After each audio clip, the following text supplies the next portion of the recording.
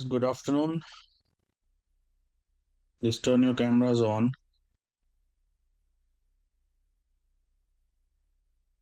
How Hello, are you doing? Professor. Hello. You still have your fall semester exams going on?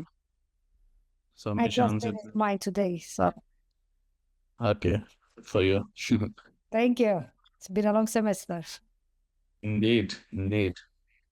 Was long. So, yeah, welcome to the winter session.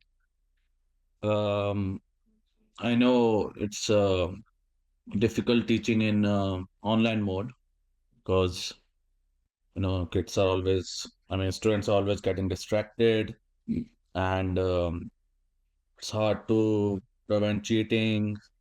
It's holiday season, so we are not in a mood to attend classes and give tests.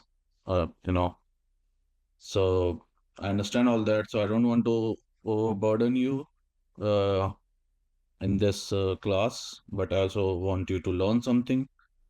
So just have an easy pace with me, and I assure you that you'll do just fine.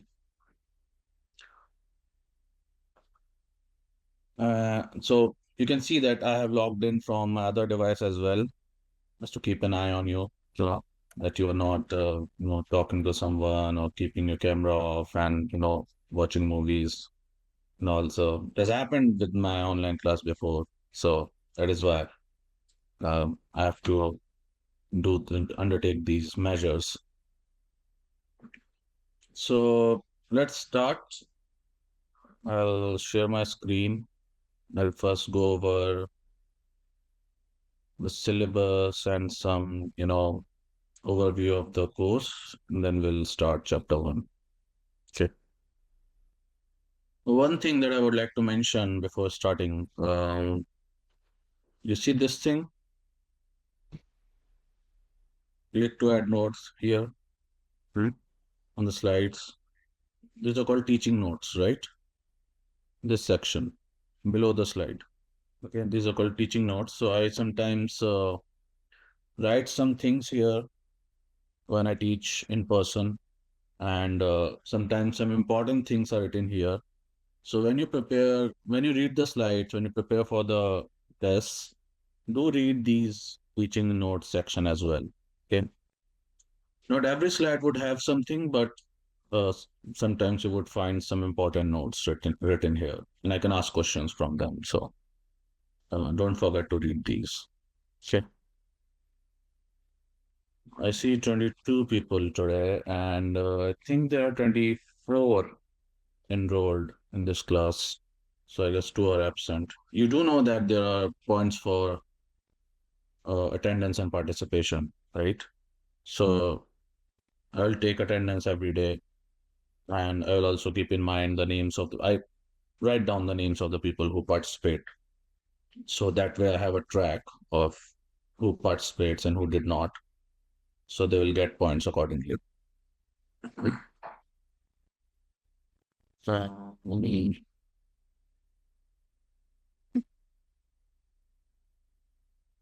great. So I hope nobody is absent. I see 23 participants as of now. I guess there are 23 or 24. I'll see. I'll see who is absent. I'll see that later. So, office hours, you can always talk to me after the class, and um, so that is office hour. And I am always available on email as well, anytime. Yeah. Course materials, I don't expect people to buy textbook for winter session course. They hardly anybody buys textbook for fall or spring semester as well. If you want to buy a book, if you want to have a book, then you can, I use Rutgers Library to rent it, and see if it's available online as well. I don't know. But I do submit my book information every semester to Rutgers Library, so they probably have books available. But you will probably not feel the requirement to have a book. Most of the content will be covered on the slides. And academic integrity. So we have four submissions, right? Three cases and Michael Porter's strategy article, which is due day after tomorrow. And then we have three cases as well, right? If you have gone through the syllabus, then you might know. So academic integrity is one, of course, that you should not cheat in the tests. And the other point, which has become a big issue in the last 1.5 years, is AI, right? So when you submit um, the cases and the Michael Porter's article, I would expect you not to use AI, because if you get caught, I did catch one student in this fall semester, then I'm going to report you to the university, and then it won't be good that at the last leg of your program, the bachelor's program, because most of you all of you are seniors. It won't be well for your career, and I don't expect exemplary answers. I know the cases can be long, but read them like stories, just as we used to read comic books during our childhood, right? They are stories basically, right? Cases are stories, right? So read them like stories. I don't expect you to remember everything, every single fact. I don't expect you to write the most exemplary answers, but whatever you write, please write yourself. Don't use AI. Don't upload the file in ChatGPT and get it to write the answers, because in your career you're gonna have to present, so you should know things on the top of your head, right? You will have to make your own content basically at that time. So it's essential that you don't lose the last standing skill that we humans have, which is of reading and writing. So please don't do that. That would not be good for your career as well.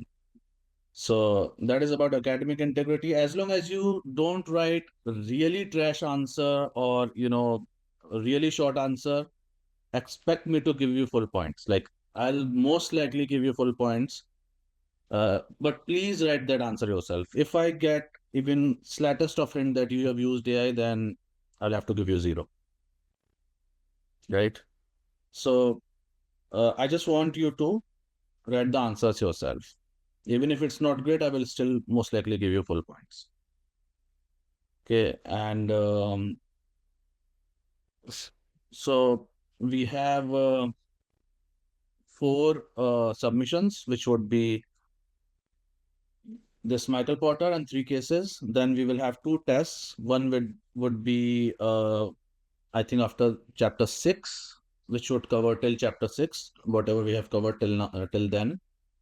And the second test would be towards the end, which would cover after chapter 6, whatever we cover after test 1, it would cover that portion. And there's no like final exam or anything, there's just a final presentation. Okay. So you will need your teamwork for two things. One, for the case submissions, because you will divide the questions amongst yourself. You don't have to answer all the questions of the cases. Michael Porter article is the only individual submission you have, where you will answer all the questions yourself. But for the cases, you will divide the questions amongst yourself. Okay, so for that, you will need your team coordination, and then you will present one of the cases. So if we are 23 students, I think I can divide you guys into um three cases. So I think I can divide you into like four group, I guess. I guess four. I will uh, finalize that by tonight. So you will have to present one case. You will make slides on one case, one of the cases, and then you will present in the final lecture, that is on 16th, 16th January. uh, on one company, any company of your choice. So whatever we learn throughout this semester, we will apply all the concepts on that one company, and that would be our final presentation. Okay, so that would be your teamwork. To divide the questions amongst yourself, to present one case and final presentation. Okay. Then attendance and participation have points. Then uh, I take chapter quizzes after every chapter. So when we cover chapter one today, tomorrow there could be a quiz from chapter one, a short quiz, 10 questions. I do that on on in fall and spring semester, but I don't think that would be possible in online mode because it's really tough to prevent cheating in online mode. So what I would do, I would ask you guys to make a Kahoot for every lecture. Okay.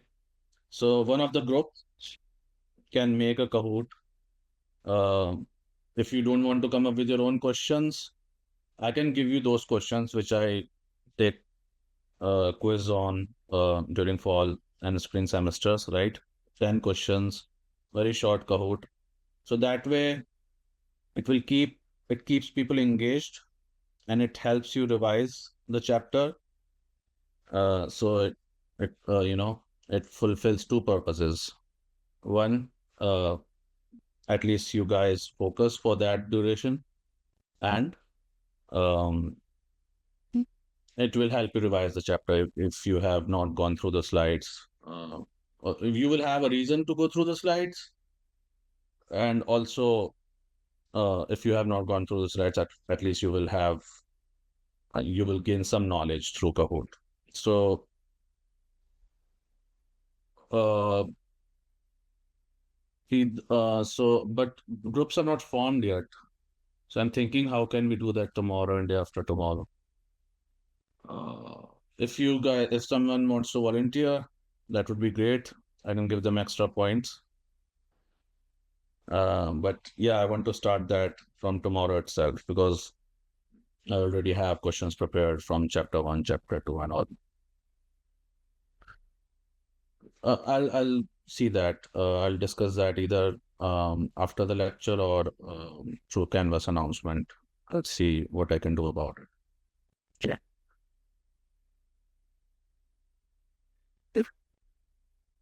And then there is peer evaluation in the end as well. Peer evaluation is basically you will give points to your group members on the basis of your interactions with them on the cases and final presentation.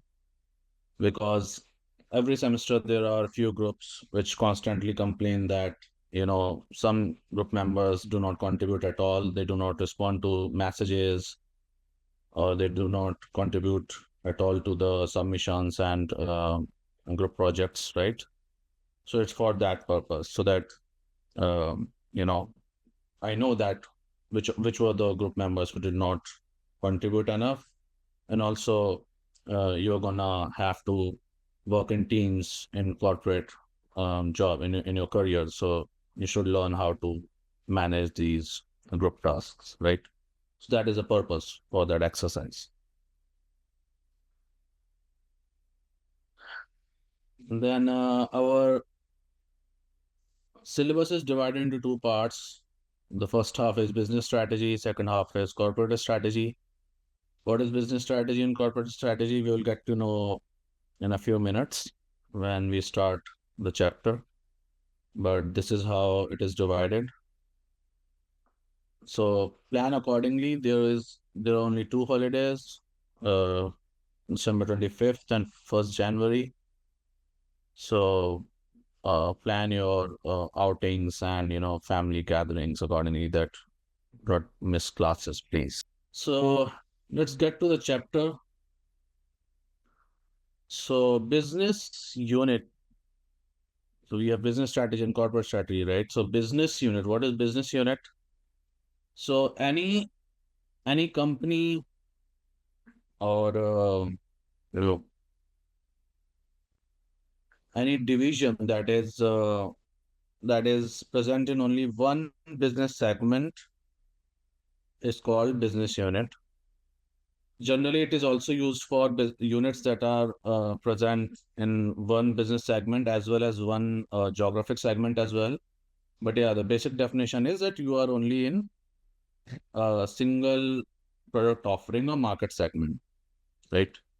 So take, for example, a school bus company. School bus company is a business segment, right? Uh, Now, if this business segment wants to become a corporate segment, that is, if it wants to expand from one business unit to multiple business units, what all options does it have? A school bus company, what all other segments can it expand into? So, school bus company has, let's break it down. It has two components, school and bus, right? So, what do you think could expand into? It can expand into bus is related to transportation, so it can expand into, say, ambulance services, trucks, right? Bike rentals, and through school, it can expand into tour operator for school students, right? Office buses. So if it expands into more than one product offering or more than one market segment, that becomes a corporate corporate unit, which would become corporate strategy because it would need more than one business unit strategies. Because one business unit strategy would be for school bus company, other business unit strategy would be for other unit, which would be which could be anything: ambulance, bike rentals, tour operator, XYZ, right? So that is the difference between business unit and corporate unit. Okay.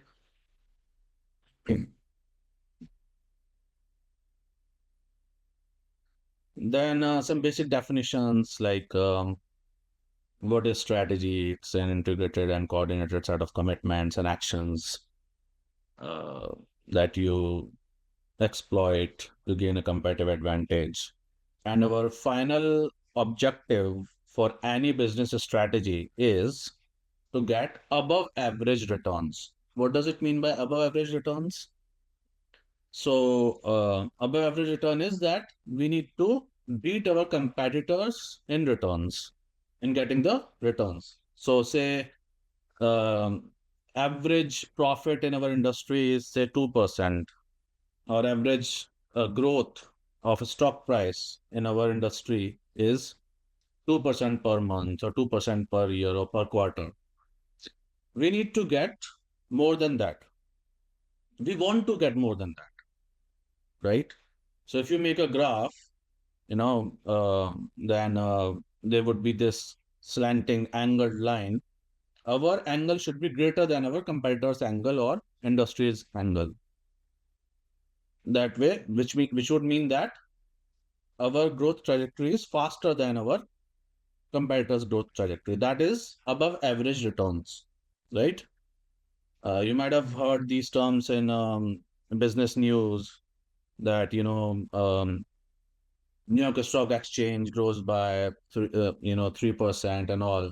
But if you invest in Tesla stocks, you would get 10% returns, or this and that mutual fund will give you 12% returns. So basically, above average returns, as the name signifies, is we want more returns than the average, right? Simple definition. And for that, we should have a competitive advantage, right? And companies will typically not be able to maintain their competitive advantage indefinitely. Even the best competitors, even the best companies are not able to keep their competitive advantage indefinitely. So, say for example, what are the popular social media platforms nowadays? Instagram, Instagram. What else? TikTok, TikTok, Twitter. TikTok, WhatsApp, X. WhatsApp? Yeah, I mean, it's not exactly a social media platform. It's like for communication, but yeah, I get your point. Yes. Snapchat. Snapchat, right. Snapchat for teenagers, yes. And so you guys don't know, you are not familiar with Orkut or MySpace or High Five, are you? And nobody said Facebook as well. Yeah, Nobody I was gonna uses say Facebook. Facebook. Right. So yeah, I'm from the generation that used. So we were introduced to Orkut first, even before Facebook. Orkut was Google's social media platform back in 2005, 6. There used to be MySpace and High Five as well. I think MySpace is, I think, still active, but it has like very few active subscribers now. So even they, so why did no one say Facebook? Because the new generation doesn't use Facebook much, right? So Facebook, which was once the champion, the leader in the social media industry, lost its edge, right? And that is why Mark Zuckerberg acquired Instagram, because Instagram was giving a tough competition to Facebook. So he acquired Instagram and WhatsApp both, right? Then take for example in phone industry, which are the primary firms in phone industry nowadays? iPhone and Samsung. iPhone, Samsung, probably the top two, right? What happened to Nokia? You guys know that Nokia used to be the main firm once, right? What Used to about be like Motorola. BlackBerry? BlackBerry used to be, Nokia used to be, Motorola used to be, right? And what happened is that from perfect competition to oligopolies, and then they slowly came down to duopoly and monopolies. You understand these terms? Do you understand perfect competition, oligopolies, monopoly, duopoly? Can somebody please uh, elaborate? You guys are seniors. You must have taken these courses, right? So you should be familiar with these terms. Hey, can you say that one more time? So what is the difference between perfect competition, oligopoly, duopoly, monopoly? Oh, like monopoly kind of just dominates the sector industry. And then the other ones are kind of just like maybe like one or two big like conglomerates. They kind of dominate the industry, and then so on and so forth.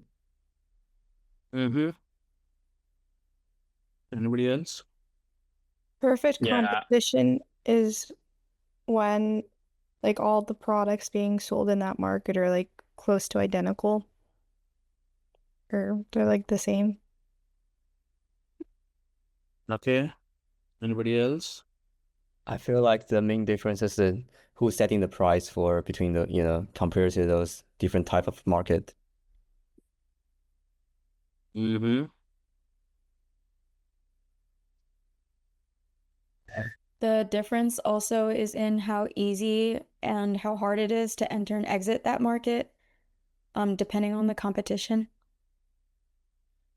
So basically, it's about market share. Okay. Market share and dominance. So perfect competition is when there are incalculable number of firms having identical market share. So say if there are like, so monopoly is the other end and perfect competition is the other end. So monopoly is when most of the market share is dominated by one single firm, as the name signifies, monopoly, right? So can you give an example where there is only one major firm that is having like Amazon? majority of, huh? Amazon? Amazon in e-commerce, you mean? Hmm? You mean in e-commerce? E-commerce? Yes. Right? Yeah, you can say it. I mean, yeah, it has like majority of the market share. How I would much say would it Google have? as I like guess. a search engine. Yes, yes. So Amazon is also a good example, but I think Google is probably the closest example which you can think of, right? Google has uh, majority, almost like 95% probably of the search engine, right? Yeah, no What one other uses like firms are Bing there? anymore. Bing, what other options do we have? Like TSM, for example, Taiwan Semiconductor. I haven't heard of it. I only know DuckDuckGo. I use DuckDuckGo actually. Well, sorry, are you talking about like search engines? I was talking more about like other. Yeah. Search engine, yes. What about like Yahoo?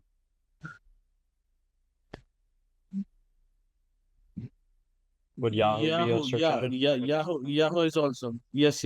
Yahoo also has search engine, yes. Yes, Yahoo. Tor, anybody knows Tor?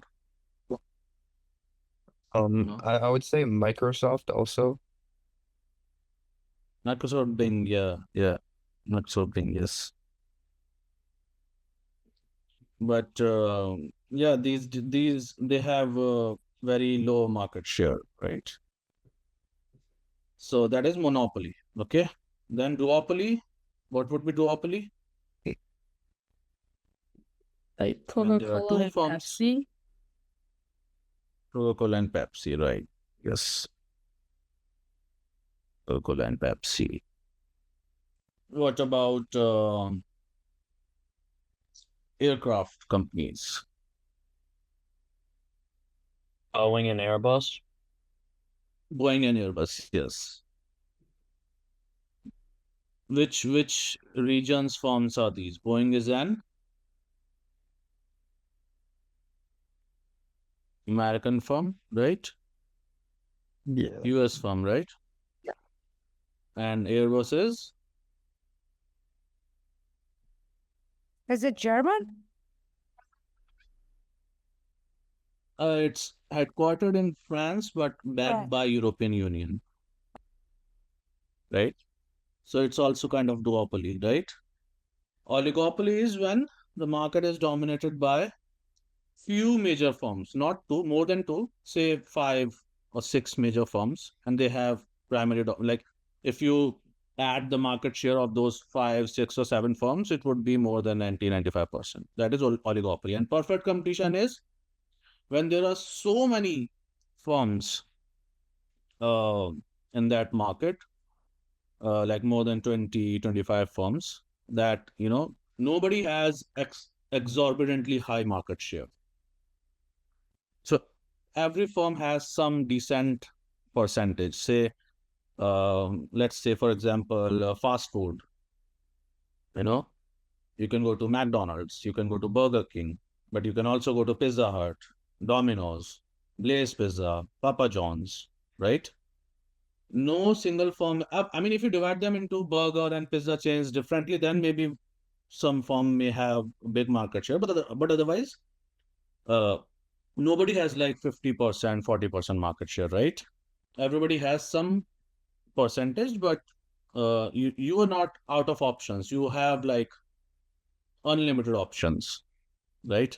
Even local pizza shops have sometimes good command in that area, right? So that you would tend to perfect competition. Of course, theoretically, you would never reach the theoretical definition of perfect competition, that because perfect competition would mean like unlimited number of firms. There are never unlimited number of firms, but the bigger the number is, the more closer you are to that definition, right?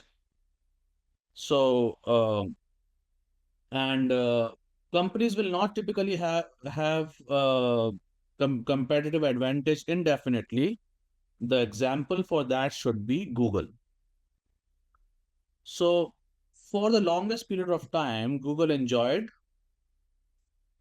uh, unchallenged privilege, right? Since like late 90s and early 2000s till last year, the first website, the first link that you would open after opening internet would be Google. Like I used to do that, right? You have to search anything, you have to even like going to other websites, you would go through Google. But what has happened since the last 2 years, the last 1 year? What has demolished Google's unchallenged supremacy in searches? ChatGPT. ChatGPT, right? Since I mean, who would have thought? I don't think even Google would have thought that their supremacy could be challenged one day. So now people don't use um, Google for searches. Now people use ChatGPT, right? So that is a very good example, probably the best example, because Google was a monopoly, right? So even monopolies competitive advantage gets challenged sometimes, right? That is the purpose of this example, that no company would be able to maintain their competitive advantage indefinitely. Okay, so that is why strategy is important. Having a strategy is important.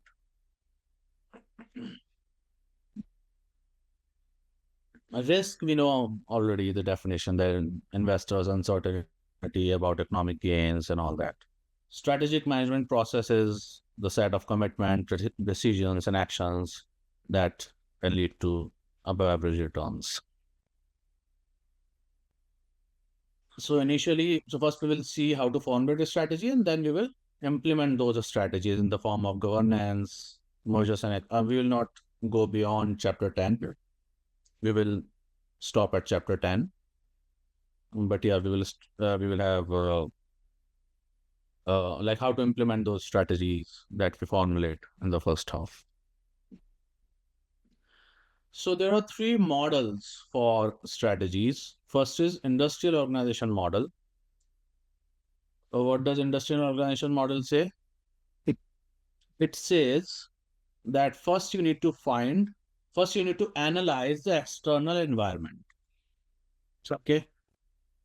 First you observe the environment around you, and then you find an attractive industry. You formulate a strategy. Then you gather assets and skills according to that strategy and industry. And then you implement the strategy. Okay. So what would you say? What do you guys think? What are the attractive industries currently to have a business in? AI. Like AI is like a big industry coming out. AI. Okay. Yes. Entertainment. Entertainment industry. E-commerce. Cybersecurity. Cybersecurity, you said, right? Yes. Yes, cybersecurity. You are going to niche industries. I say like more general industries. Restaurant businesses. Tech industry. Restaurant businesses. Yeah, that seems like a good option. Yes. My friend wants to open Indian restaurant around universities and colleges. So I would guess it is indeed an attractive industry. So what do statistics say? Statistics tell us that biomedical and finance industries are the most profitable industries. Do you see? IT, of course, computers, IT related industries are also profitable, but I would say that if I have to conclude this this chart, then biomedical and finance industry seem to be the most profitable, right? And heavy machinery industries, you see, support activities for mining, manufacturing, garden equipment.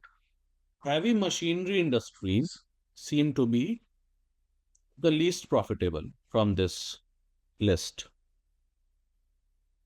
right?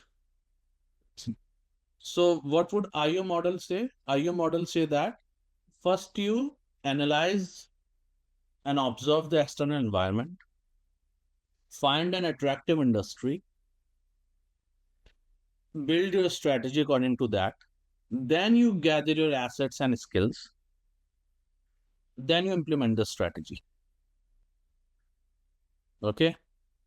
So there are 4 assumptions in this model. What are those 4 assumptions? First assumption is that external environment would dictate the constraints and pressures that would determine the strategies that would result in our above average returns. So first assumption is that external environment affects you. It imposes pressures and constraints. Second assumption is that most firms competing within an industry or within a segment of that industry are assumed to control similar relevant resources.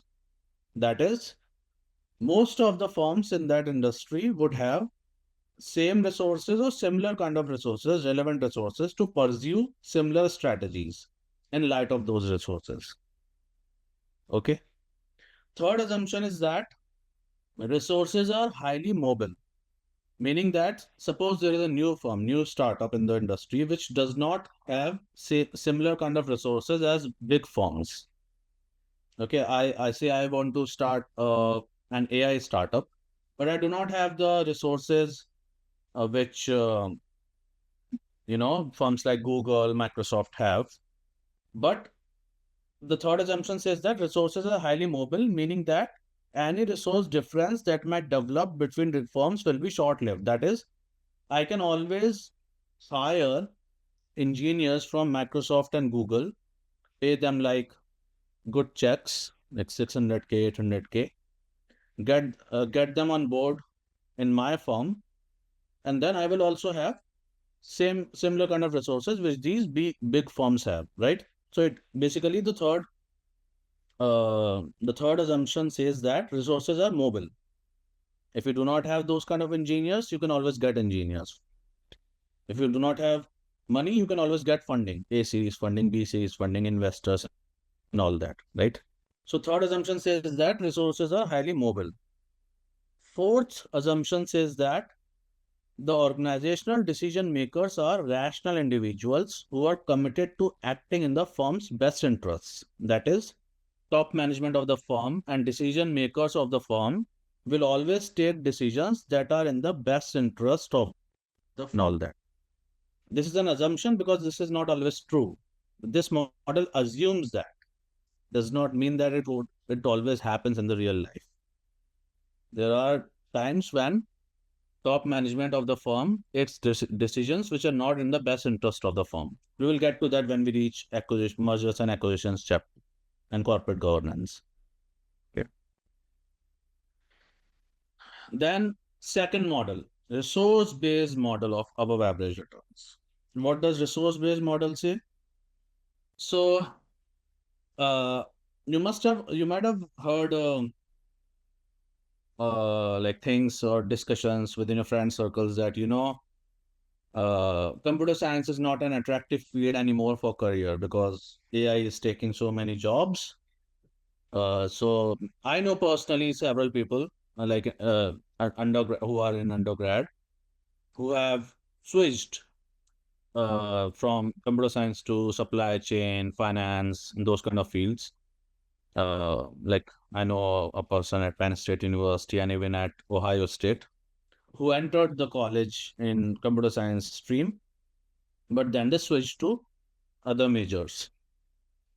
So that is IO model, that you analyze the external environment. If you see that computer science does not have bright prospects in future for career, you would switch from you would switch to an attractive industry, right? That is IO model.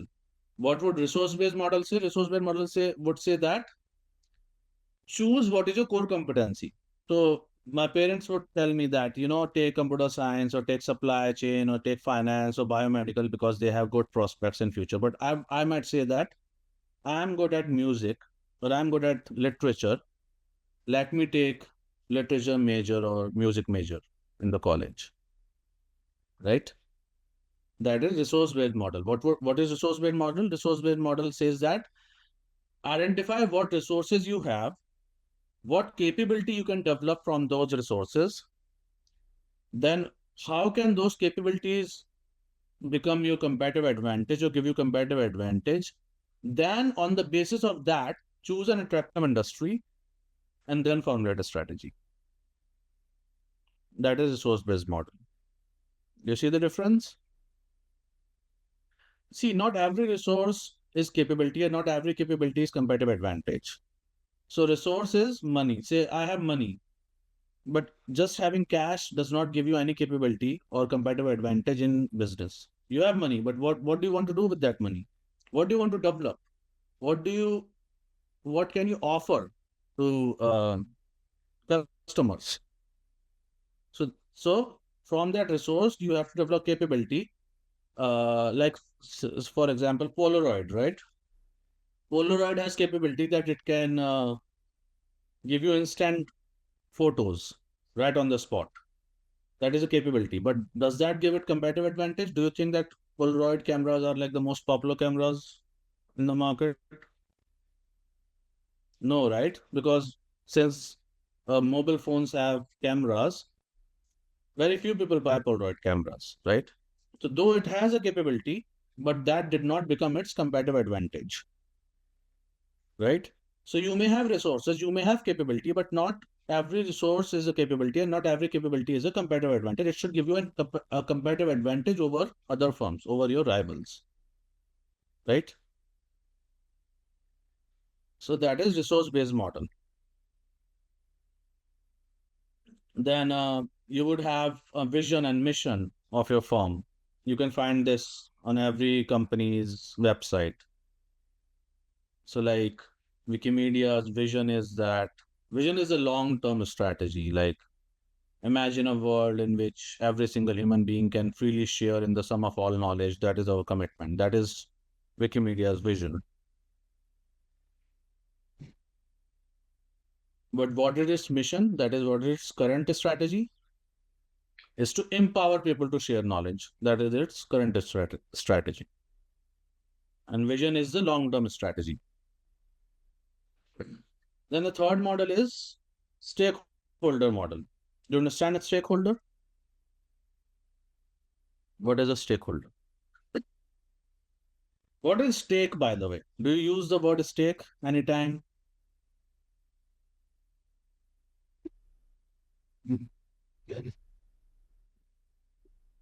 The ownership in the company? Huh? Ownership? Not necessarily. I was gonna say Somebody else will- on something. Huh? I was gonna say you're betting on something. We don't What is say that? Come interest. again? Right. Yeah, kind of. Yes. So, basically, like we use this term in our daily lingo. How do we use this term? What is at stake, right? What are the stakes in that thing? So basically, how much is going to affect, right? So stake is basically anything that affects it, right? My job is at stake, right? Or my family is at stake, my career is at stake, those kind of things. So stake is basically what affects you, or in this case, what affects something. So a stakeholder would be anything and everything that gets affected by the operations of the firm, right? So what are all the things that get affected? Also, what are basically all the stakeholders? Capital market stakeholders, product market stakeholders, and organizational stakeholders. So what could be capital market stakeholders? What do you think could be capital market stakeholders for a firm?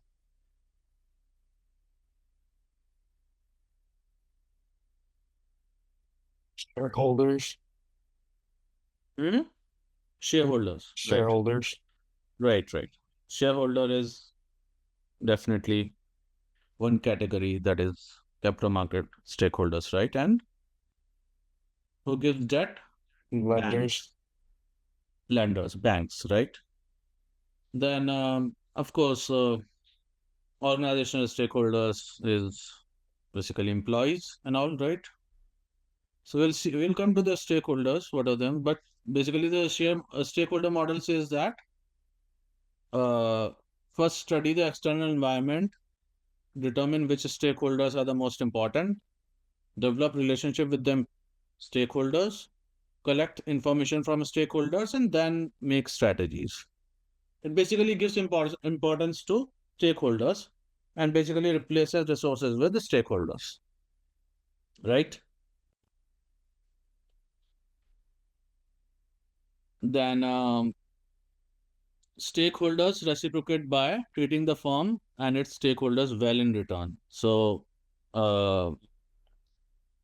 one of the fundamental drivers of reciprocity is organizational justice.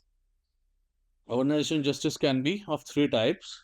Like distributional justice is that money gets distributed proportionately. That is, I am getting a compensation or income or salary proportionate to what I contribute to the firm. Okay. So if I think that I am providing a value worth $200,000, 200K, then I get 200K. That is distributional justice.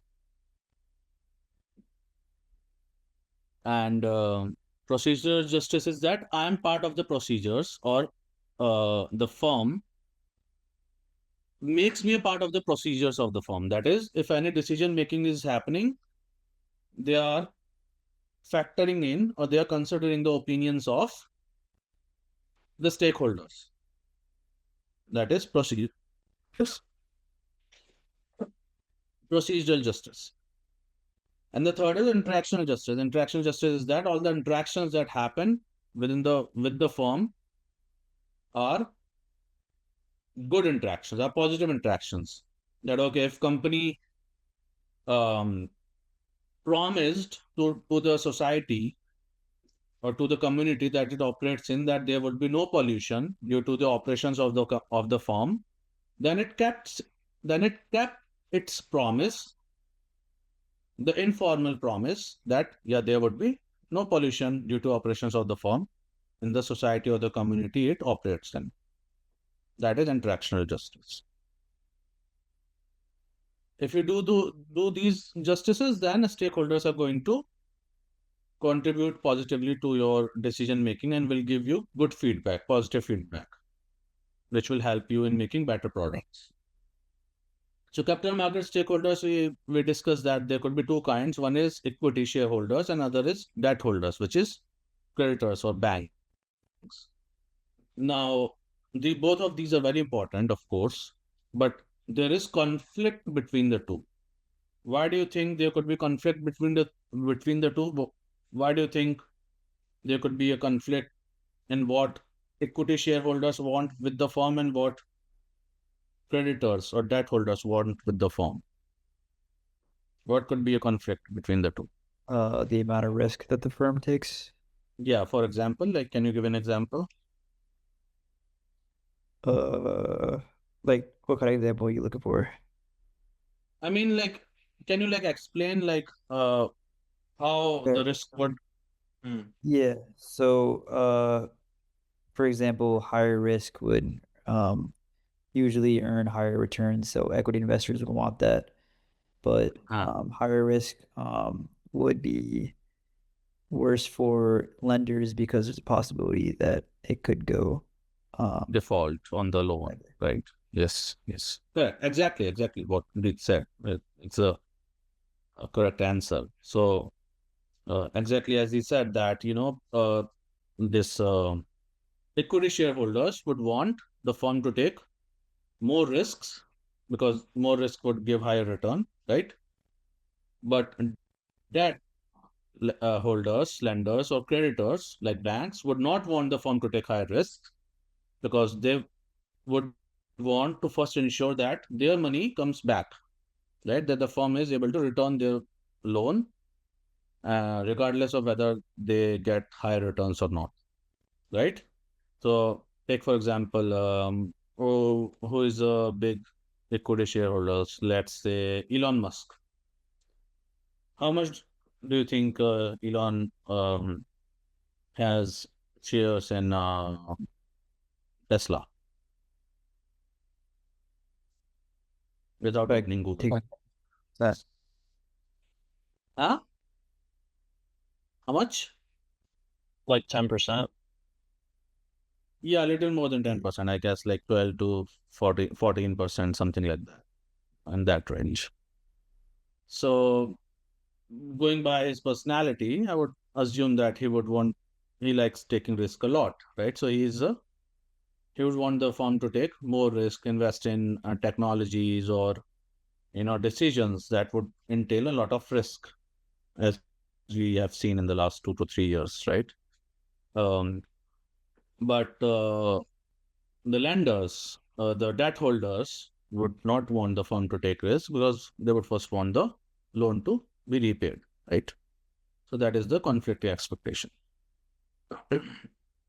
Then product market stakeholders. Who are product market stakeholders? Customers, of course, right? Then suppliers, host communities, that is the region you operate in, and the governments and unions. And organizational stakeholders. Organizational stakeholders are basically the employees, and they're also who are the most immediately affected by the firm's change in strategy, right? Because they are directly involved in the process of formulating and implementing the vision, mission, and strategy of the firm, right? Then all these models ultimately lead us to our income statement. Many of your accounting majors, you are very familiar, more familiar than me, with this income statement, profits, loss, and all. By the way, do you guys know EBITDA? EBITDA, EBITDA, accounting people? Yeah. What is it? Earnings before interest, taxes, and amortization.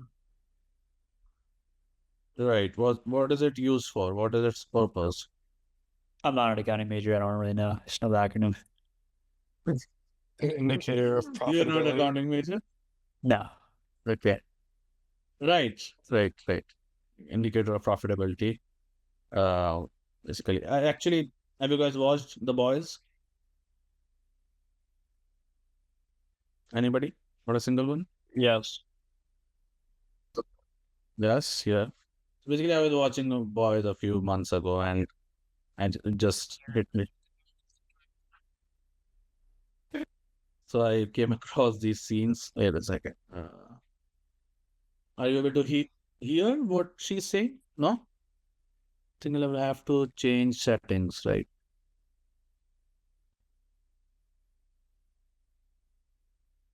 Yeah, now I guess. Here, our EBITDA margins will drop a tiny bit. EBITDA margins, okay?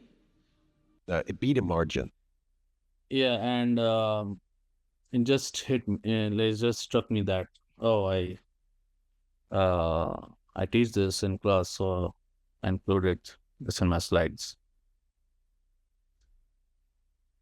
So yeah, the basic purpose is to get the most profits and most EBITDA margins, which should not get affected as home lender says. Right. Then strategic leaders. What are strategic leaders? Basically, it's just a fancy term to say everybody and anybody and everybody who has a say in formulating and implementing the strategy for the firm, right? So that is a strategic leader, and they would map industry's profit pool. What is profit pool? So basically, profit pool is this, that you would first map which activities of your industry give you most profits, and you would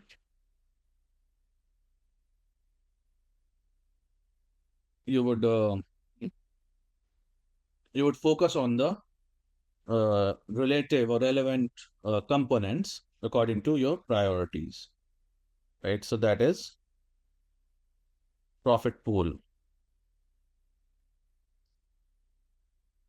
So a strategic leader would know the profit pool of the industry well and would accordingly focus on what component of the pool the firm wants to focus on, would decide. That is the job of the strategy leaders. Right. So that is it. This was our chapter 1.